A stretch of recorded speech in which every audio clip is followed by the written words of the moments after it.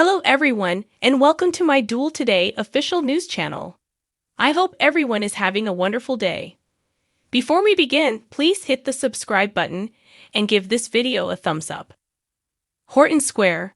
Following their bonding lunch, EJ and Kristen are strolling. Kristen is relieved that they are finally getting down to business, and he wonders whether they can talk about business. As he lies bleeding from Vivian's bullet wound, he describes how Gabi and Stefan acquired Dimitri's shares. As she puts it, Kristen kind of respects their strategies. According to EJ, the evil pair will probably employ comparable strategies to intimidate her. If nothing else, EJ advises that she temporarily transfer her interests to him. He suggests that Kristen make a decision, but she laughs at him. EJ cautions her not to take too long, even though she says she's willing to hear his side of the story. Stefan and Gabi's living room at Dimera Mansion. Gabi is reconsidering utilizing the video they recorded as a form of blackmail against Kristen. Stefan acknowledges her concern, but reassures her that the tapes are just for their benefit at Dimera Enterprises and will never be viewed by anybody else. Famous last words. After Gabi completes doctoring the film, Stefan is confident that this strategy will succeed. In Marlena's penthouse, Brady enters while Marlena and John are having a conversation. I didn't know Grandpa Tin was still in town, but she hangs up and tells them they're all going to eat supper at his new apartment. They change the subject, and Brady tells Gabi and Stefan how they are assisting him in getting Rachel back. Marlena is horrified that he is assisting them in framing Kristen for child abuse. Brady is aware that the methods are dishonest, but he doesn't seem to mind. Marlena finds it hard to accept that he is acting in such an unethical manner, probably not teaching anyone in Salem's lesson. She attempts to reason with him since she thinks he will permanently lose Rachel. Stefan calls him at that precise moment to let him know the video is ready and they would be over shortly. Brady responds that the goals always justify the methods, despite Marlena's best efforts to reason with him. Kristen returns to the living room of Dimera Mansion to hear Gabi and Stefan discussing her. Gabi plays the video quickly, causing Kristen to go into convulsions. She claims she would never do Rachel any harm. Gabi broadcasts a longer clip of Kristen telling Brady that Rachel will be disciplined however she sees proper. Kristen asks why they are setting her up, looking absolutely distraught. Stefan says they'll give Brady the tape or she has to turn in her shares. Brady Pub. A bystander observes as Chad and Stephanie discuss marriage inside. She feels ashamed as he tells him what Steve told him about their relationship. He inquires as to whether her father is right, and Stephanie responds that she does. Stephanie has made an effort to hide her emotions, even though she knows they are not in the same place. She acknowledges that their disagreement disappointed her. She maintains that she doesn't want to put any pressure on Chad to be more expressive. If he didn't think marriage was in their future, Stephanie acknowledges she doesn't understand why he asked her to move in. The topic of Abigail's realization that she will always be in her cousin's shadow comes up during their talk about the outfit. Despite being a little irritated, Chad continues to try to explain. By excluding her and withdrawing, Stephanie claims he hasn't made things easy for her in regards to Abigail's memories. It seems to her like she is not welcome in her own house. Chad claims he needs more time but is eager to go. Is there ever going to be enough time? Stephanie questions. Stephanie won't minimize who she is in order to please him. She claims to have her own problems, such as her Seattle-based ex-boyfriend who vanished from her life when things were about to get serious. She worries that this connection will make her feel the same way because she fears being abandoned.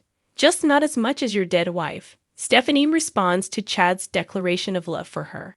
Ah, woo. She then leaves, but someone is still observing her from outside. Steve tells Kayla all he said to Chad in his office at University Hospital. In her opinion, he made everything worse. When Steve tries to come back and make things right, Kayla encourages him to tape a few seats. Steve believes Stephanie won't be able to match Abigail's memory with ease.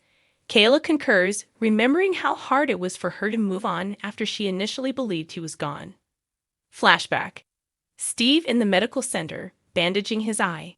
he expresses gratitude to Kayla for her amazing life. A wonderful, unanticipated memory occurs as she gives him an embrace as he says one last, "I love you, sweetness," and gently fades away. Kyriakis Mansion. Theresa talks to Constantine about the progress she's made with Alex. Sarah walks into the room as he is mentioning that Xander is Victor's successor.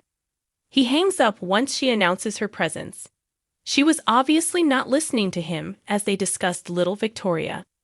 After talking about Victor for a while, Sarah says she overheard him mention Xander's name. Constantine pretends that he spoke with a person in Greece who is aware that Xander is Victor's family's bad apple.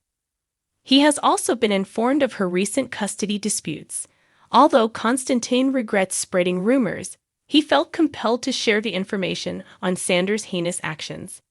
Sarah talks about her dishonesty and how it can affect her chances of getting custody. He concurs with her conduct and gives her his support. Whatever the cost, Victoria must remain with Sarah. Sarah had to go an errand after that. Constantine offers to drop the child off at the babysitter. Sarah thinks that's a smart idea and walks out. Victoria's infant daughter is informed by Constantine that her grandfather was a horrible son of a bitch, and that he plans to steal all of his money. Xander's digs. Xander discusses taking custody of Sarah with Sloane. Maggie shows up right then, a bee in her hat. When he refers to Sarah as an inadequate mother, she loses it. When Xander exposes the dishonesty she employed to conceal the truth, Xander tries to argue. It dawns on him abruptly that Maggie was also a part of the scheme. Maggie begged Sarah to reveal the truth since she detested lying to him. Xander calms down and says he's sorry for yelling. He is aware of how difficult life must have been for her following Victor's death. Maggie claims that with Constantine, things have gotten a little easier. Though happy to be of solace, Xander also talks of his unpleasant business interactions with the family. Maggie and Xander share an embrace and decide that they will always be related. Before they go, she hopes he and Xander can resolve their differences. The place of Chad and Stephanie. A vampire-turned-Chad is composing a business email while Stephanie provides him with advice from across the room. A knock on the door at that moment reveals no one inside.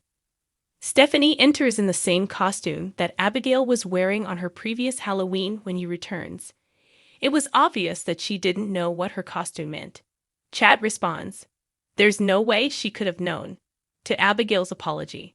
Stephanie responds that she doesn't want to do anything that would annoy him or the kids when he tries to stop her from changing. Brady Pub. When Kate arrives with Charlotte and Thomas in tow, Marlena, Kayla, and Steve are getting ready for Halloween. Steve is pulled aside by Kayla, who advises him to stop talking about getting married to Chad and Stephanie. When they get there, Stephanie explains why she isn't dressed as a character. Steve pulls Chad to have a conversation as Kayla leaves to head to the hospital. Steve says he's sorry for bringing up the subject of marriage, and then he brings it up right away. While Steve believes his daughter is expressing her desires to him by moving in and helping to raise the children, Chad believes he and Stephanie are on the same page. If Chad is unwilling to take his relationship with his daughter to the next level, in his opinion, they should call it quits. This conversation seems a little helicopter-ish for Steve. At that moment, Steve and Marlena leave, and Stephanie comes back. Alex stumbles into Random Park, drenched in blood. He claims that Titan ruined the local turtles' environment, which makes Theresa stress out. They flung blood or something similar at him as he passed. Alex asks herself if she would like to go home and assist him in cleaning it off in the shower. Horton Square. After taking a shower and getting dressed, Alex meets Theresa for a drink. At that moment, Xander shows up, all anguished and snark. He claims it's a grave error to get anywhere close to Theresa, and that she must be pursuing his wealth. In response, she claims that she approached Alex before learning about the inheritance. Xander informs Alex that Theresa sent him to prison for a rape he didn't commit because he believes she may have had insider knowledge. Thanks for watching if you like this video, so please don't forget to subscribe my channel and don't miss any update.